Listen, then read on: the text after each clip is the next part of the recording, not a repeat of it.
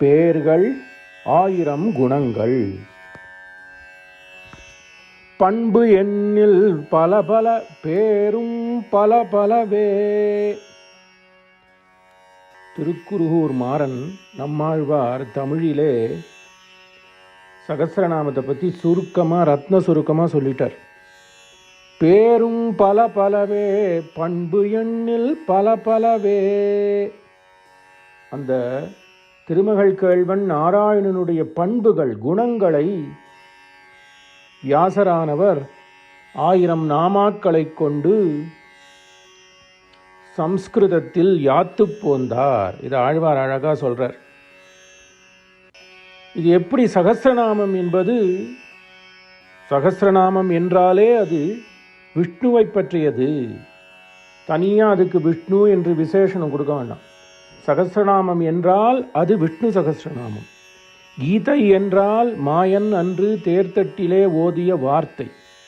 பகவத்கீதை என்றால் கண்ணன் ஓதிய கீதை.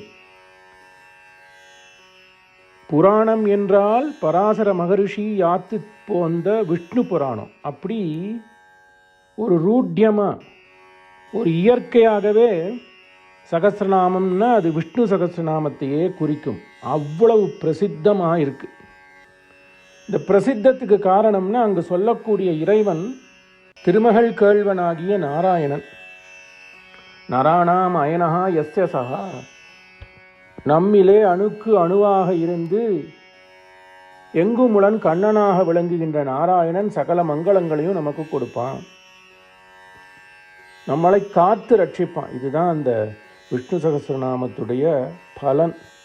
எம்பெருமானுடைய குணத்திலே ஆழ்ந்து போய் அந்த குணத்தை வியாசர் முதலியோர் இட்டு சென்ற வகையிலே சொல்லி பாடுதலே விஷ்ணு சகஸ்ரநாமம். அப்படி உயர்ந்ததான கிரந்தம் இது. எங்க இருக்குன்னா மகாபாரதத்திலே அனுசாசன பர்வாவிலே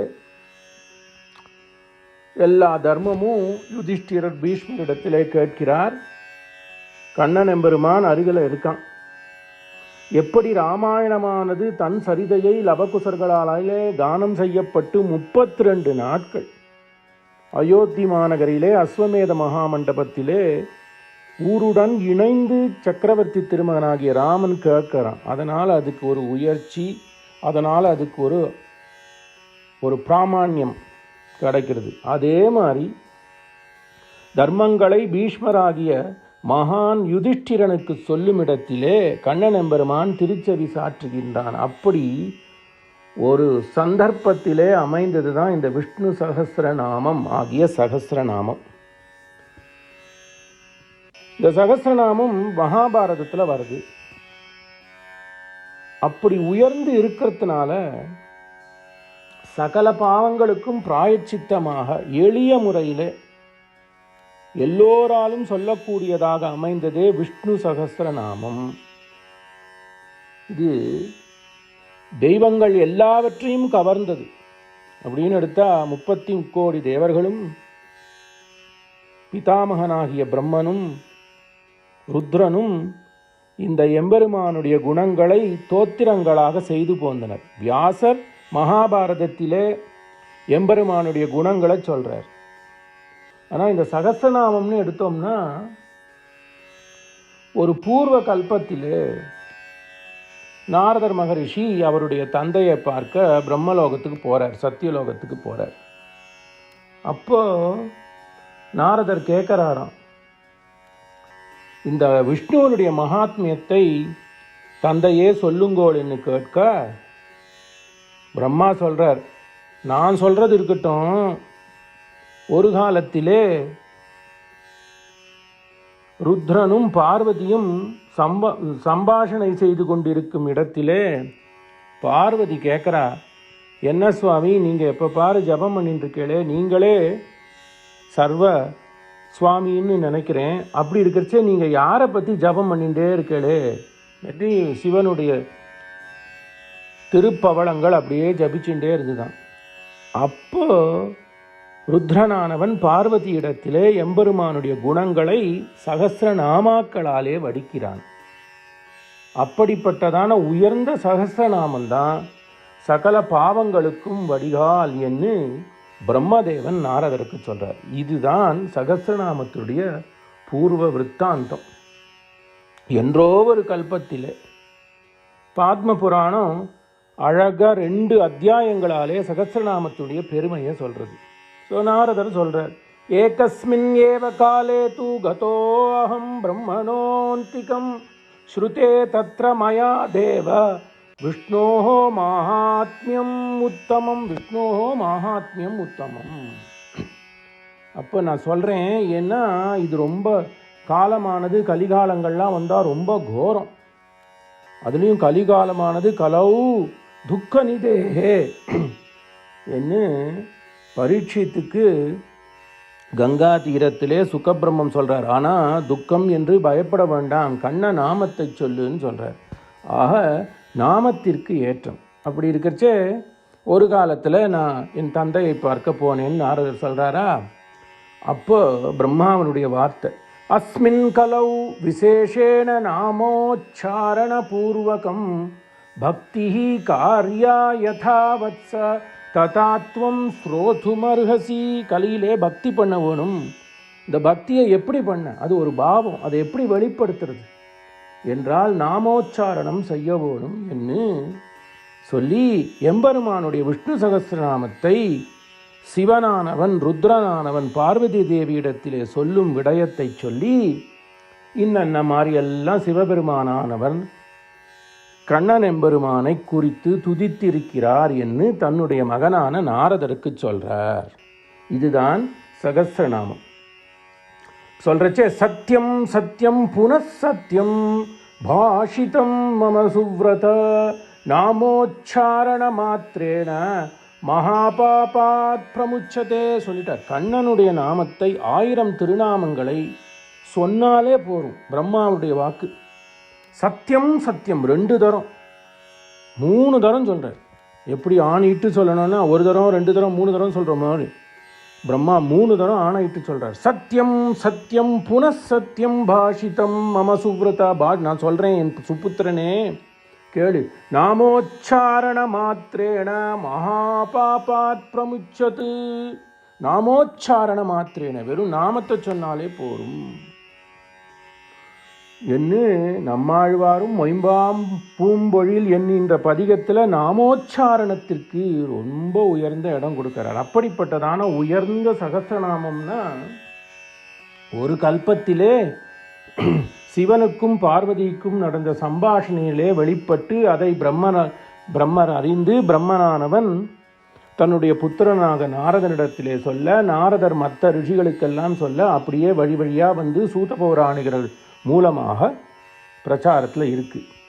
அப்புறம் வேதத்தை செய்த வேத ஆச்சரியனாகி இருக்கக்கூடிய வியாசராலே பாரதம் பஞ்சமோ வேதா என்று சொல்லக்கூடிய 5வது வேதத்தில் அனுசாசன பருவா கட்டளைகள்லாம் சொல்கிற இடத்துல ஆபத் தர்மங்கள் சொல்லும் இடத்திலே உயர்ந்த தபஸ்வியாகிய பீஷ்மராலே யுதிஷ்டிரனுக்கு கண்ணன் திருச்செவி சாற்ற சொல்லப்பட்ட 108 ஸ்லோகங்கள் எப்படி அமைஞ்சிருக்குன்னா 32 எழுத்துக்களை கொண்ட எல்லா அனுஷ்டுப்பு மெட்டிலே அழகாக மனனமும் செய்து, இது ஒரு அழகான இசை மெட்டிலே 32 அக்ஷரங்களை அப்படியே அனுஷ்டுப்பா சொன்னால் ஒரு தன்னால் ஒரு மெலிஃபுலஸ் ஃப்ளோன்னு சொல்கிறோமே அப்படி அமைந்திருக்கு. அர்த்த காம்பீரியம், சொல் காம்பீரியம், இசை காம்பீரியம் ஆகிய அனைத்தையும் உள்ளடக்கியதாக ஸ்லோகங்களாக 108 ஸ்லோகங்களாக வியாசரானவர் யாத்து கொடுக்கிறார். இந்த விஷ்ணு சகஸ்ரநாமத்தை 3 பாகமாக பிரிக்கலாம். முதல் பாகம் உபோத்காதம், இன்ட்ரடக்ஷன். மத்தியிலே இருக்கக்கூடிய ஸ்தோத்திர பாகம் 108 ஸ்தோத்திரங்களை கொண்டு அமைந்தது.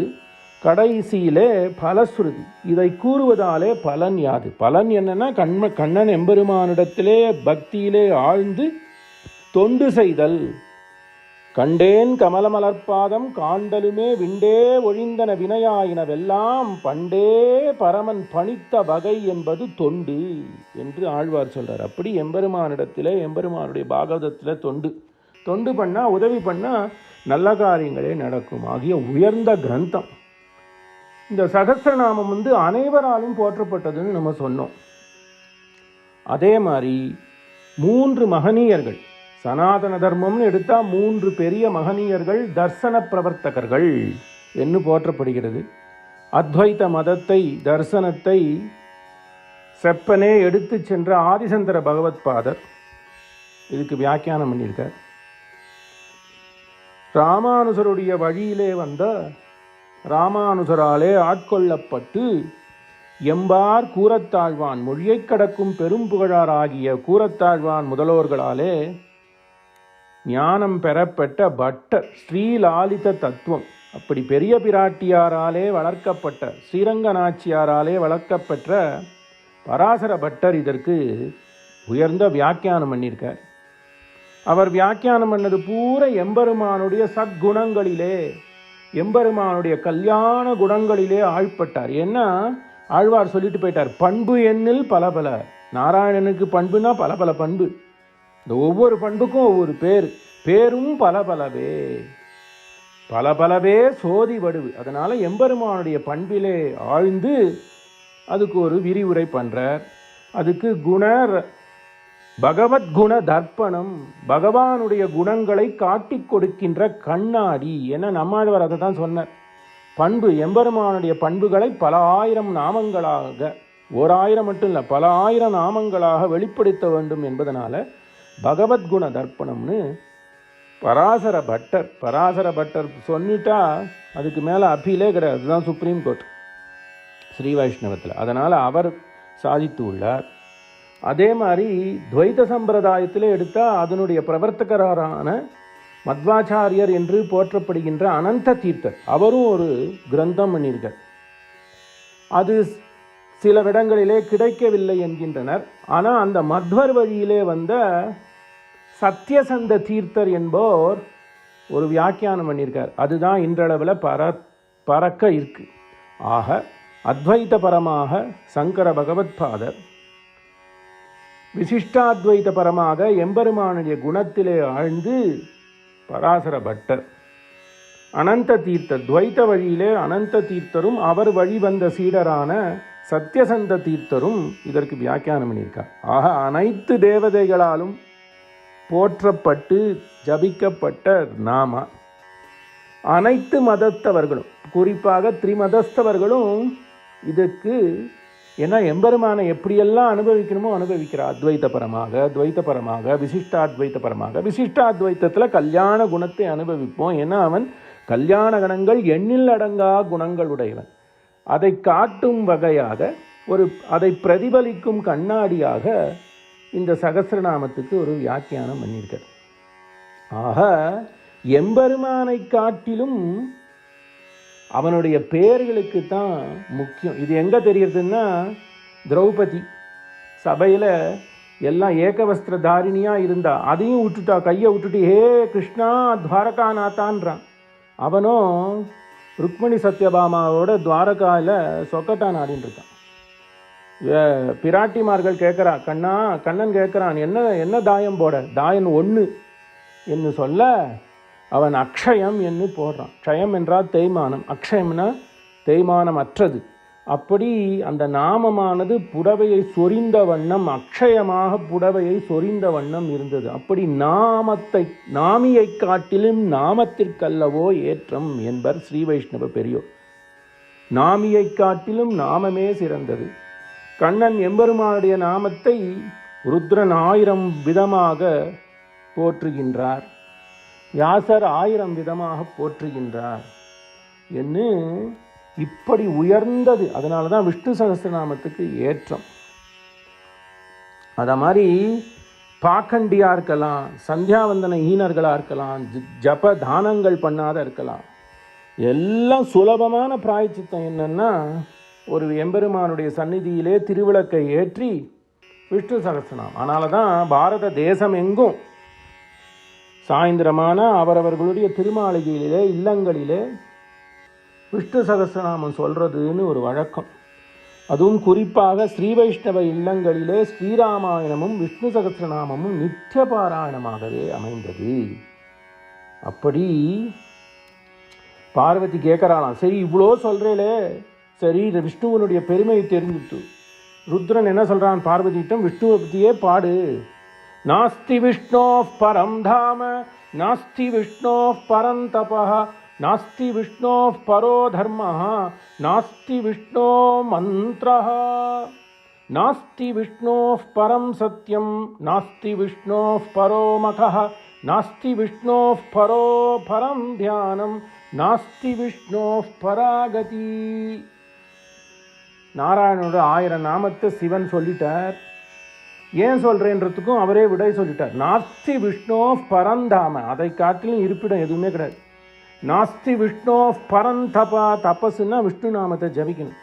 நாஸ்தி விஷ்ணோ மந்திரஹா நாஸ்தி விஷ்ணோ பரம் சத்யம் நாஸ்தி விஷ்ணோ பரம் தியானம். விஷ்ணுவை பற்றி தியானிப்பதை காட்டிலும் சிறந்த தியானமே இல்லை. அதனால் பார்வதி நீர் இதை சொல்லும்னு சொல்கிறா. பார்வதி பார்த்தா அவள் லோக நாயகி, மகா தாய். அவள் போய் இது டைம் எங்கே இருக்கும் பிரசங்காத்து சொல்கிறேன். அதனால் கேட்குறா, சுவாமி இது இவ்வளோத்தையும் நாம் எப்படி சொல்ல முடியும், ஏதாவது ஒரு நாமத்தை சொல்லுங்களேன்ற. நாமம் ஏகேன துயேன ஸ்யாத் தத் பலம் ப்ரூஹிமே பிரபு. சரி, இந்த 1000 நாமமும் சொல்லணும், அது சொல்ல முடியலன்னா நாமம் ஏகேன துயேன ஸ்யாத்து, ஏதாவது ஒரு நாமம் இந்த 1000 நாமத்தை ரத்தன சுருக்கமாக இருந்தால் அதை சொல்லுங்கோ என்று சொல்லுமிடத்திலே ருத்ரன் சொல்கிறார், ராம ராமேதி ராமேதி ரமே ராமே மனோரமே சகஸ்ரநாம தத்துல்யம் ராமநாம வரானனே. வரநாமமாகிய சிறந்த நாமமாகிய ராமநாமத்தை சொல்லு என்று சொல்கிறார். அதனால தான் இல்லங்களிலே சகஸ்ரநாமத்தை பாராயணம் செய்து சகஸ்ரநாமத்துக்கு சுருக்கமாக அமைந்த ராமநாமத்தை விளக்கக்கூடிய ராமாயணத்தையும் பாராயணம் செய்யணும். ஆக இரண்டையும் சாயரட்சையிலே எம்பெருமானுடைய திருச்சன்னதியிலே இல்லங்களிலே திருவிளக்கு ஏற்றி குழாமாக கூடி ஜபிப்பதுன்னு ஒரு பழக்கம் இருக்குது. அப்படி உயர்ந்ததான சகஸ்ரநாமம் விஷ்ணு சகஸ்ரநாமம், தனியாக விஷ்ணு என்று ஒரு அதுக்கு சிறப்பு கொடுத்து சொல்ல வேண்டாம். அப்படிப்பட்ட சகஸ்ரநாமமானது அனைவராலும் ஏற்றுக்கொள்ளப்பட்டு அனைவராலும் போற்றப்பட்டு இப்படி ஒரு உயர்ந்த இடத்துல இருக்குது. இப்படி இருந்தால் என்ன பண்ணுறான், வா விஷ்ணு வஷட்காரஹா இது விஷ்ணு, விஷ்ணுனாலே வா. ஆக இந்த நாம சங்கீர்த்தனமானது சகஸ்ரநாமமானது வஷட்காரத்தில் தான் ஆரம்பிக்கிறது. விஸ்வம் விஷ்ணுன்னு ஆரம்பித்து வாசுதேவோ விஷ்ணுன்னு முடிகிறது. வனமாலி கதிசார்ங்கி சங்கி சக்ரி ச நந்தகி ஸ்ரீமான் நாராயணோ விஷ்ணு வாசுதேவோ. விஸ்வத்தையெல்லாம் காத்து தன்னுள்ளே அடக்கி வைத்து கொண்டிருக்கிற அந்த விஷ்ணுவாகிய வாசுதேவன் நம்மளை காப்பான். அவ்வளோதான், அது போர். விஸ்வத்தில் ஆரம்பித்து இந்த லோகத்தை எல்லாம் வாசுதேவன் காப்பான்னு அதை சுருக்கமாக ஆரம்பத்தையும் கடைசியும் சேர்த்தாலே முத்துக்கோத்தா மாதிரி இந்த சகஸ்ரநாமம் அமைஞ்சு போச்சு. அப்படி ருத்ரனாலே 1000 நாமங்களாக வழிபடப்பட்டு அதை பிரம்மன் உணர்ந்து பிற்பாடு நாரதருக்கு கோரி அப்படியே வழியாக வந்து வியாசரிடத்திலே வந்து வியாசர் கலியிலே நாம் அனைவரும் சத்தை பெற வேணும் என்பதற்காக பீஷ்ம பிதாமகராலே சொல்லப்பட்டு யுதிஷ்டிரனாலே கேட்கப்பட்டு கண்ணன் எம்பெருமானே அதுக்கு சாட்சியாகவும் இருந்திருக்கான். சொன்னவரோ சாத்விக குணத்திலே தலை சிறந்தவர், தனக்கு வரக்கூடிய பட்டத்தையே திறந்தார் பீஷ்மர்.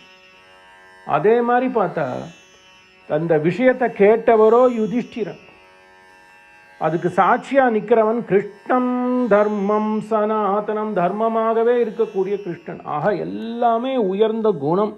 சொன்னவரும் உயர்ந்த குணத்தை உடையவர், கேட்டவரும் உயர்ந்த குணத்தை உடையவர். சொல்லப்பட்ட பொருள் என்னது, சனாதன தர்மத்துக்கு ஸ்வரூபமாக இருக்கக்கூடிய கண்ணன் எம்பெருமான்.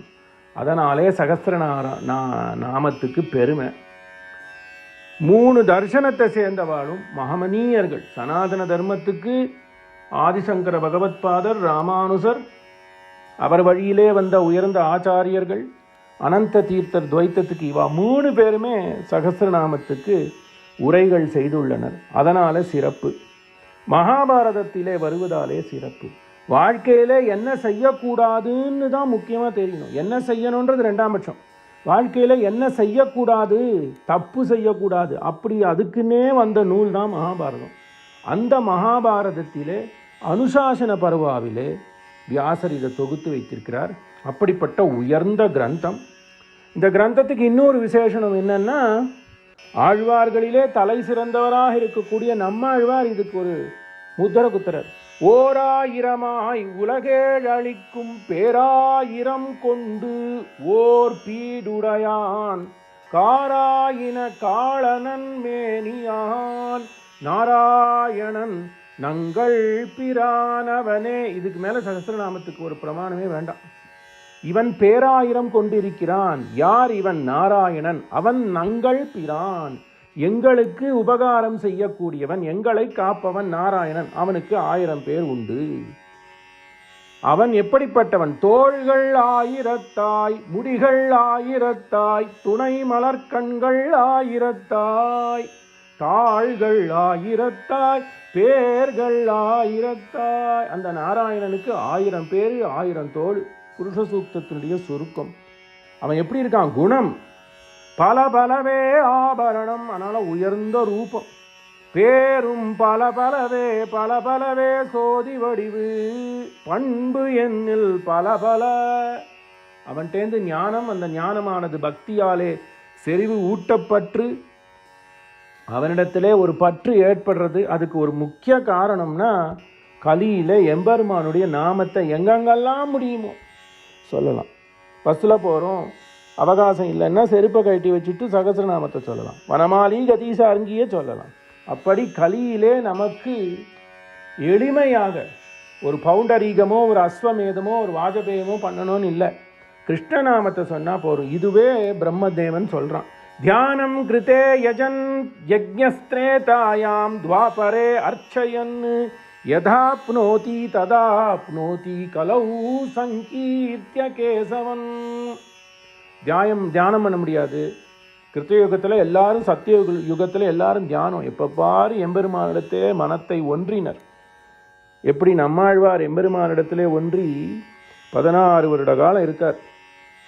அதெல்லாம் இப்போ பண்ண முடியாது. யஜ்ஞ யாகாதிகளும் பண்ண முடியாது. அப்புறம் எம்பெருமானுக்கு நிறைய திரவியங்களை கொண்டு அர்ச்சனையும் பண்ணிட்டு இருக்க முடியாது. ஆனால் எளிமையாக நாமத்தை சொல்லலாம். யதாப்னோதி ததாப்னோதி கலௌ சங்கீர்த்திய கேசவம். பேர் பல பல கொண்ட, பேராயிரம் கொண்ட ஓர் பீடுடையான், பெருமை மிக்க நாராயணனை வியாசர் உரைத்த வகையிலே சகஸ்ரநாமம் சொல்லலாம். அப்படி நித்தியம் சொல்லணும். அப்படி சொல்ல முடியலன்னா ஒரு விலக்காக ராமநாமத்தை ஜபிக்கலாம். ரெண்டுமும் பண்ணலாம். அப்படி உயர்ந்த சகஸ்ரநாமம். இந்த சகஸ்ரநாமத்துக்கு ஈடு இணையான மந்திர ஜபமே இல்லை என்னுமா போல அமைந்த கிரந்தம். அப்படிப்பட்ட கிரந்தத்தை நாமும் நித்திய பாராயணத்திலே வைத்து நமக்கு தெரிந்தவர்களுக்கும் சொல்லி கொடுத்து இந்த உயர்ந்த சத்சங்க கோஷ்டியை நம்ம அபிவிருத்தி பண்ணணும். நாராயணம் நமஸ்கிருத்ய நரம் செய்வ நரோத்தமம் தேவீம் சரஸ்வதீம் வியாசம் ததோ ஜயம் உதீரயேத். மங்களானி சந்து.